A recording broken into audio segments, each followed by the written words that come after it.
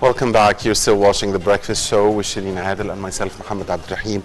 The Egyptian ambassador to Germany, Dr. Badr Abdul Ati, stressed the importance of Egypt's geographical location as the gateway to Europe, from Europe to Africa, and the wide investment and, of course, and export opportunities it provides for German and European companies present in Egypt to easily access the big African markets, especially in light of the entry into force of the Continental Free Trade Agreement, and especially that it comes at a time when Egypt holds the rotating presidency of the African Union.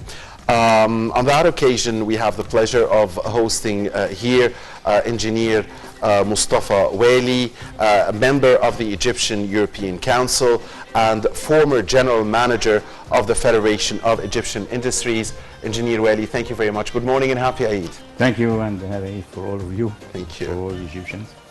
So, Mr. Mostafa, let's talk about the importance of Egypt's geographical location and the gateway to Africa, and it also links Europe with African countries. Yes, it's a unique geographical position. Of course, we are the gate to Africa, and we are the southern border of Europe. Right. And more or less, we are in the heart of the Middle East and the MENA area, which is Middle East and North Africa. Our unique situation, our unique geographical situation, actually, or position, is a blessing. And the more we can make use of this geographical position, the more will be good for all our neighbors and for ourselves. Because now the coast is an essential element in at least when it comes to trade. And if you look at how easily, when you are in Egypt, I mean on the northern part of Africa, how easily then you can get by road or even through the Red Sea or the Mediterranean to the neighboring countries. And if we talk specifically about Africa, I'm sure that soon we will see the development with Africa, especially after our presidency now of the African Union, and the programs which are set up now to activate and mobilize for generally the development of Africa in all aspects. And we will have a pioneer, as we have been before actually. We will be a pioneer in achieving a lot of the African development results in this case. Yes, Engineer Wali, to what extent does the efforts to improve the investment climate in Egypt, especially the legislative structure associated with it, the adoption of the new investment law, the bankruptcy laws, the industrial licenses, to what extent does all of this encourage international companies, and specifically European companies, to invest in Egypt? Yes. All what you have said and you have mentioned is the package of doing business. And you know, this is actually the title when it comes to investment. And this is international, slogan, doing business with Egypt, doing business in Egypt, and so on. So all these parameters, all these criteria, each one of them is essential in attracting, in a way or another, right, the foreign direct investment, which is the main and the most important leverage for developing the economies of the third world especially. And I'm always referring to the experience of China, because China, over the years, it couldn't have been reaching this, I mean, in such, record time, unless these FDIs, which were great in amount and in application and in usage in China. So we should learn on our scale how to make use of this. So when we get back to the main things, to do business, I mean from the perspective of a foreign investor, is to facilitate, and is for him the main objective, that it's a win-win situation. The investor, you agree that you need his investment, you need it, whatever it is, and according to your own rules. He accepted it. And once this acceptance, then he should know exactly how he will be running his business. So transparency. Yes, I mean, everything is known to him, I mean, as an investor, and where is his limits, what he can, first of all, he will have his own work, you know, he's an investor, then he's seeking for profit making, you know.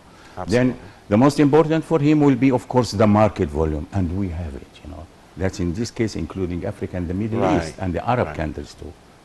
So all the criteria when it comes to legislative, you know, social, you know, skill of labor skill level, and all this workforce and how they are, and in general, the stability of the society, and how keen this society at large seeking, how keen in seeking, you know, development. Right. Also, sir, the African Free Trade Agreement has recently gone into effect, yet we believe this is another asset for Africa and a way to increase trade among African countries and, of course, with other European countries. So how do you see this? I see it as a dream, but it can be realized. Yes. You are talking about unifying, you know, the currency and all this, you know, like EU, for example, and the Euro area. Why not? It can.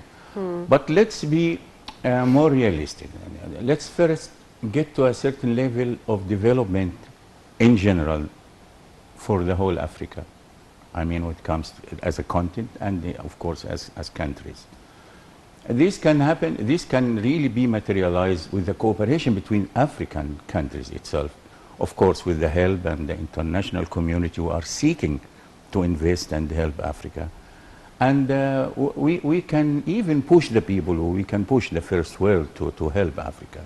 This is a very important role, because Africa needs this and deserves it, especially when it comes to the ex-colonial systems who have been colonizing. And because I guess, Engineer Wali, it's a mutual interest. Plus, that's a plus, I mean, yes, Africa has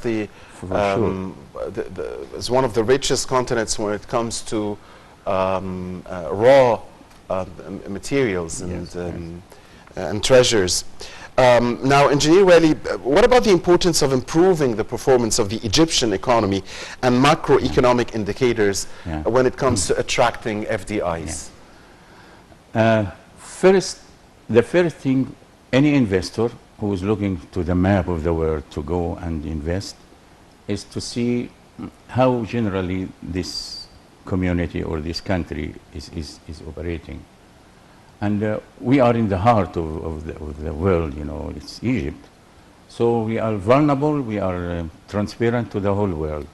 So if our figures, which indicate exactly what's going on in our society, especially now after all these ups and downs, if it is positive, then this will facilitate and will help a lot, you know, in convincing any investor. And when we talk investor, actually we can talk about multinationals, we can talk about single investors, you know, which we need on all aspects. So the figures, all the main indicators, you know, key performance indicators of our economy, I'm very happy with it.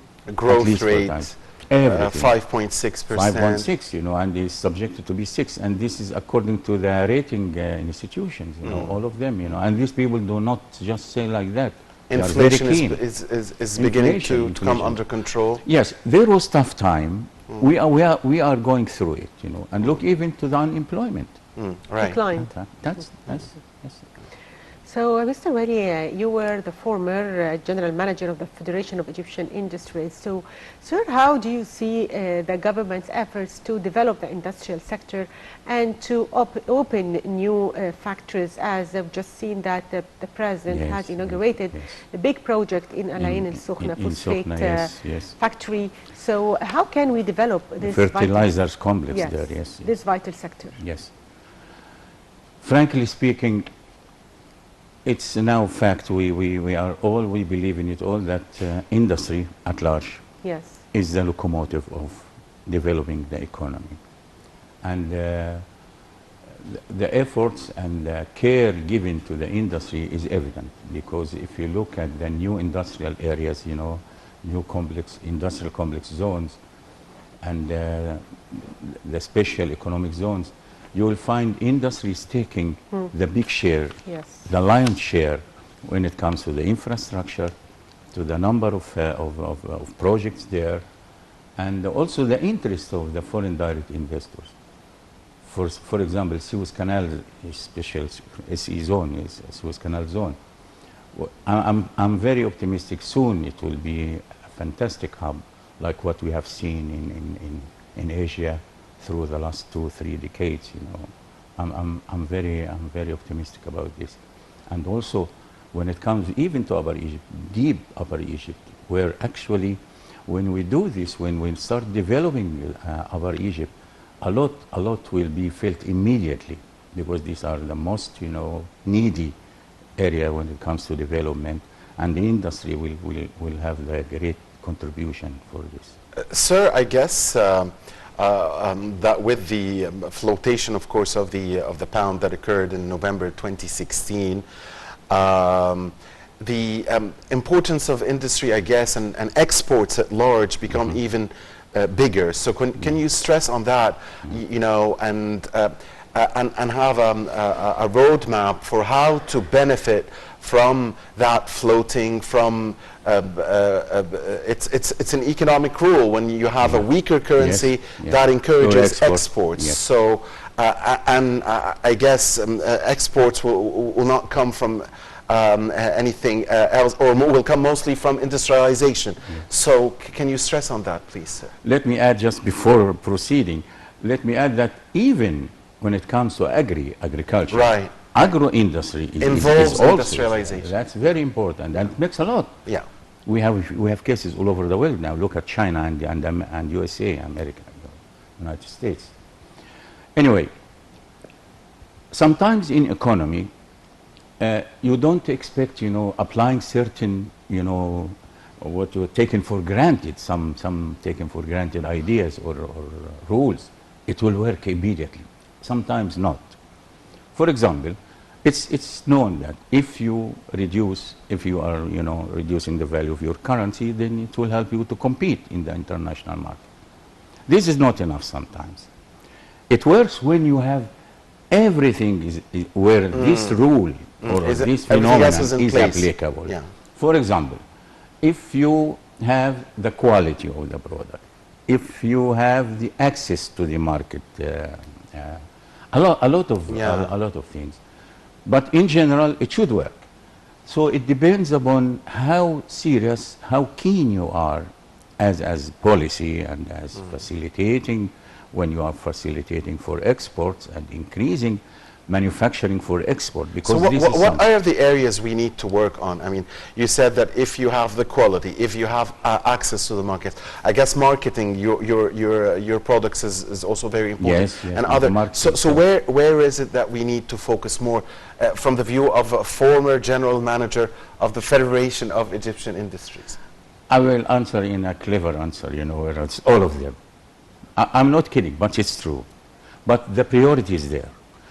In my opinion, and according to what we have seen through this, that quality is essential now, because it's now the trademark, you know, that it's quality. Look at that. I will give you an example, very well-known example.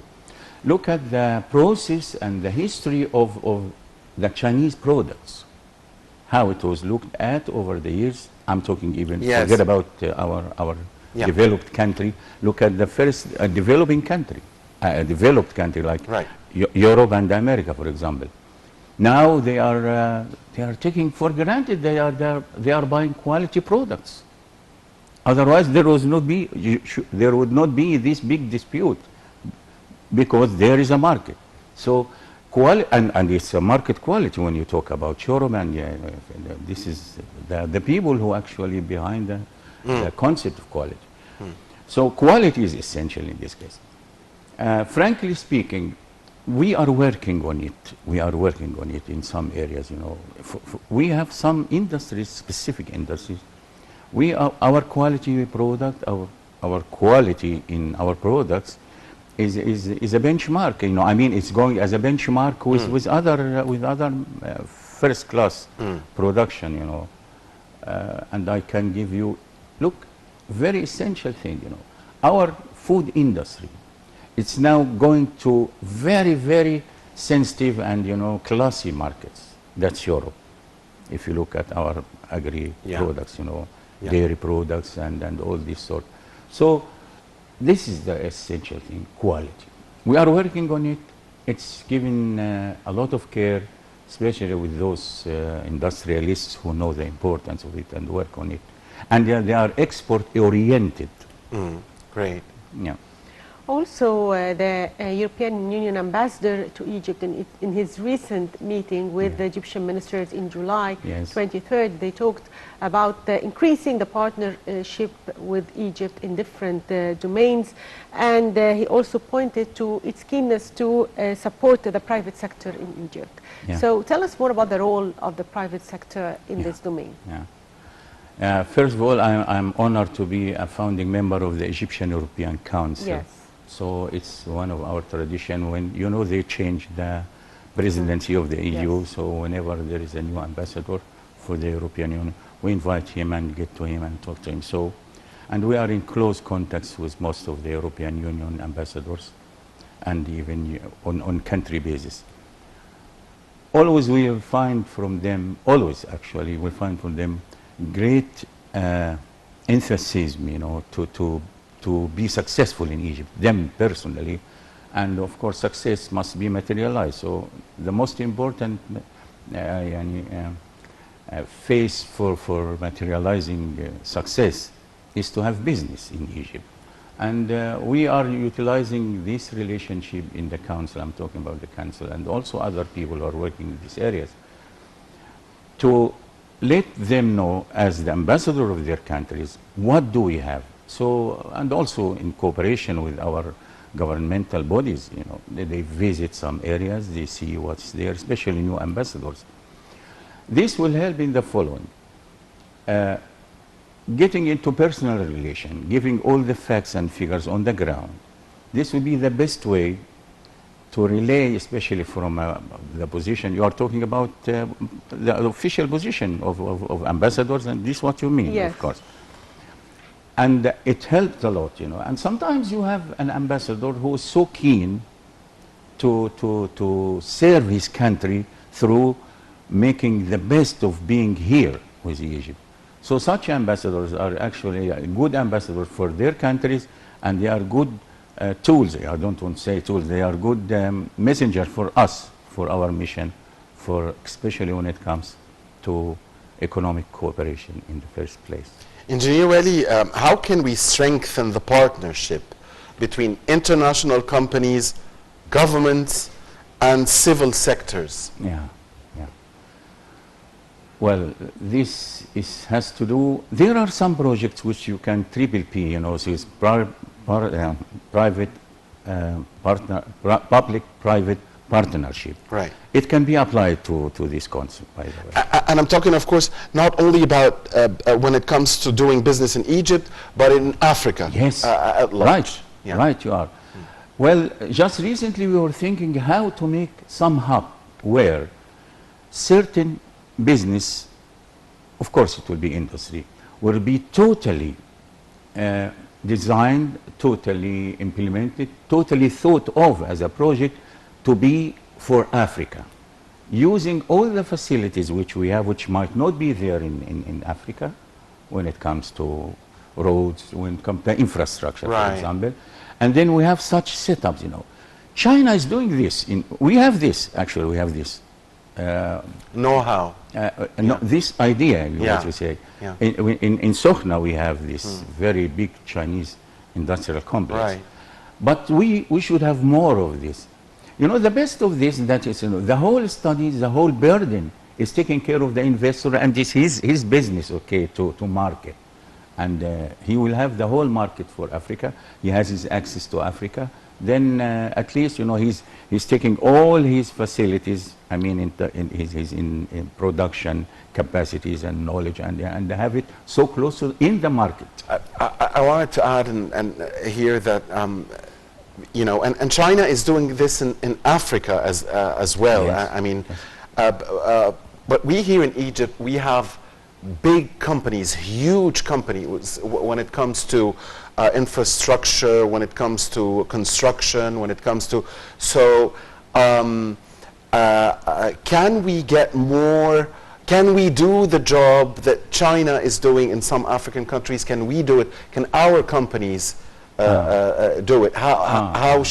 How can, and we've had great companies over the years that have had big influences in African countries. So how can we do more of that now? Because Africa needs development when it comes to infrastructure. Yeah. If we And can, Egypt is a success story in these years, especially when it comes to infrastructure development. that's right. Without giving names, you know, but there You are can, some I mean, interests. yeah. No, of course. Well, they are very well-known names. Yeah, of but course. anyway, without giving names in the sense that, you know, the idea is there and it's utilized and people are making use out of it.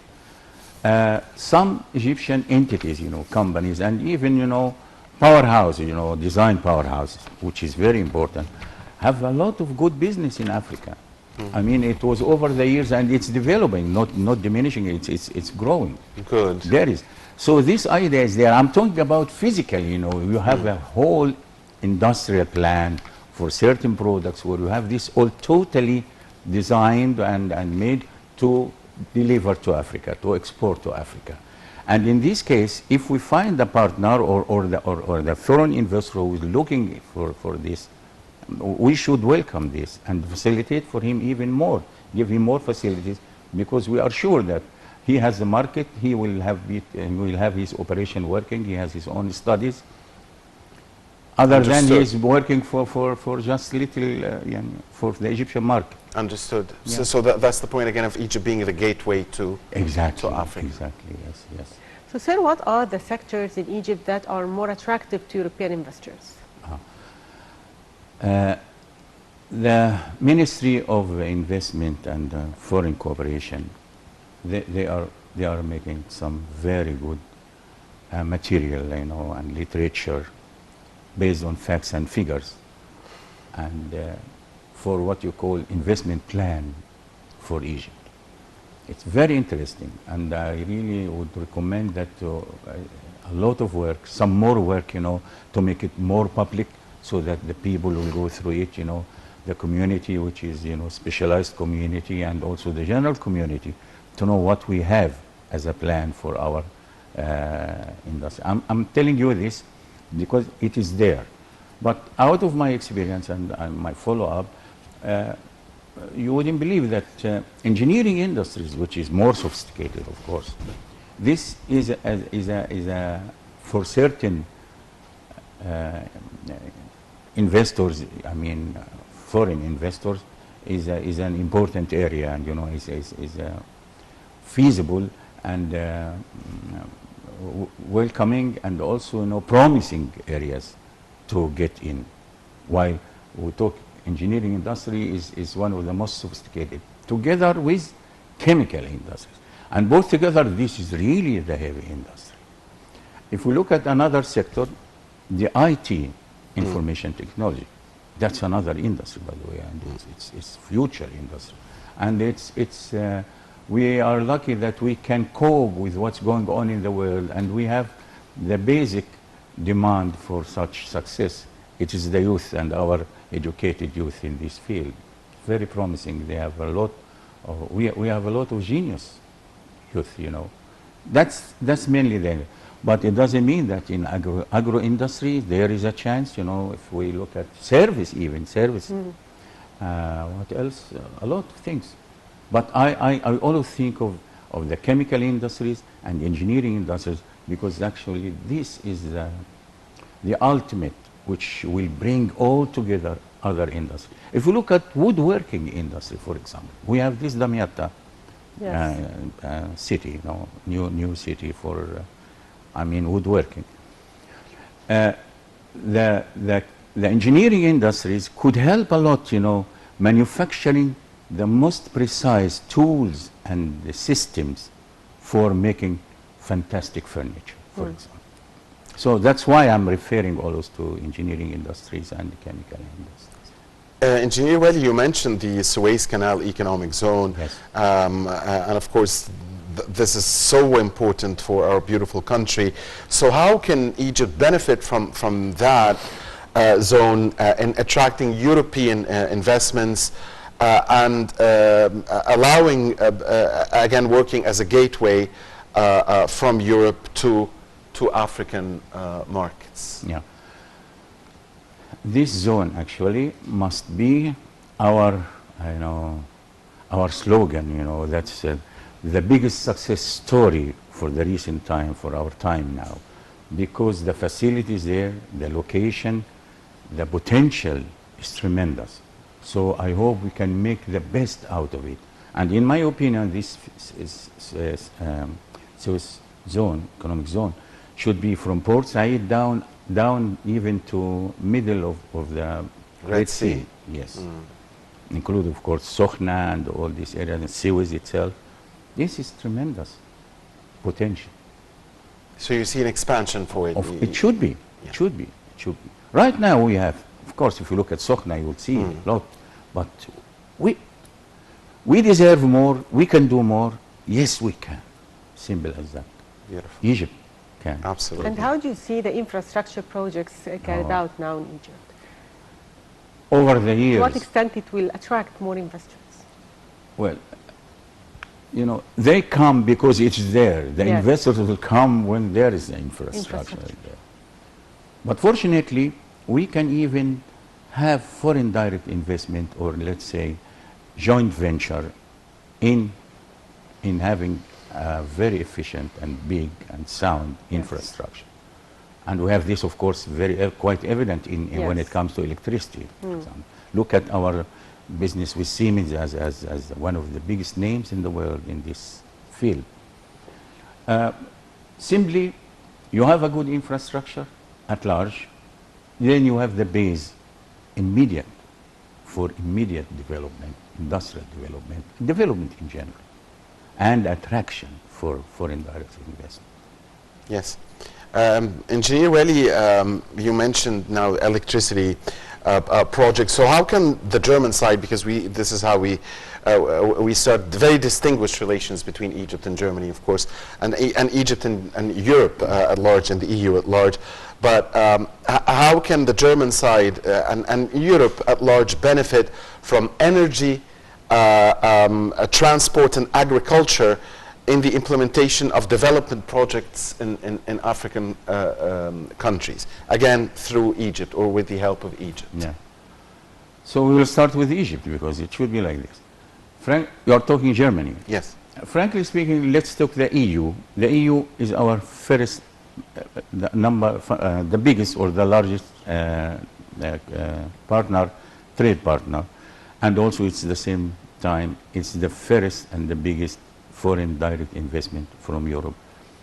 Germany within this is not that big, but because UK, for example, is the biggest share, biggest foreign direct investment contributor to the latest figures. But of course, the German technology and the German concept when it comes to industry, it's something appreciated. So I hope we can get more, and His Excellency Ambassador Ablati is doing a lot there. I have seen, we know what's there. Let's hope that we can attract a lot of many big industrial complexes and industrial names in Germany. There is a lot in Germany. I hope we can succeed. But they can come. They are clever. They will come when they have everything ready for them. So finally, I'd like to thank you, Mr. Mostafa Wali, former General Manager of the Federation of Egyptian Industries. Thank you, sir, for being with us. Thank you very much. Thank you, Engineer Wali. Thank you. Thank you. Dear viewers, please stay with us. Shireen and I will be back with the second segment of the breakfast show here and talk about the International Youth Day.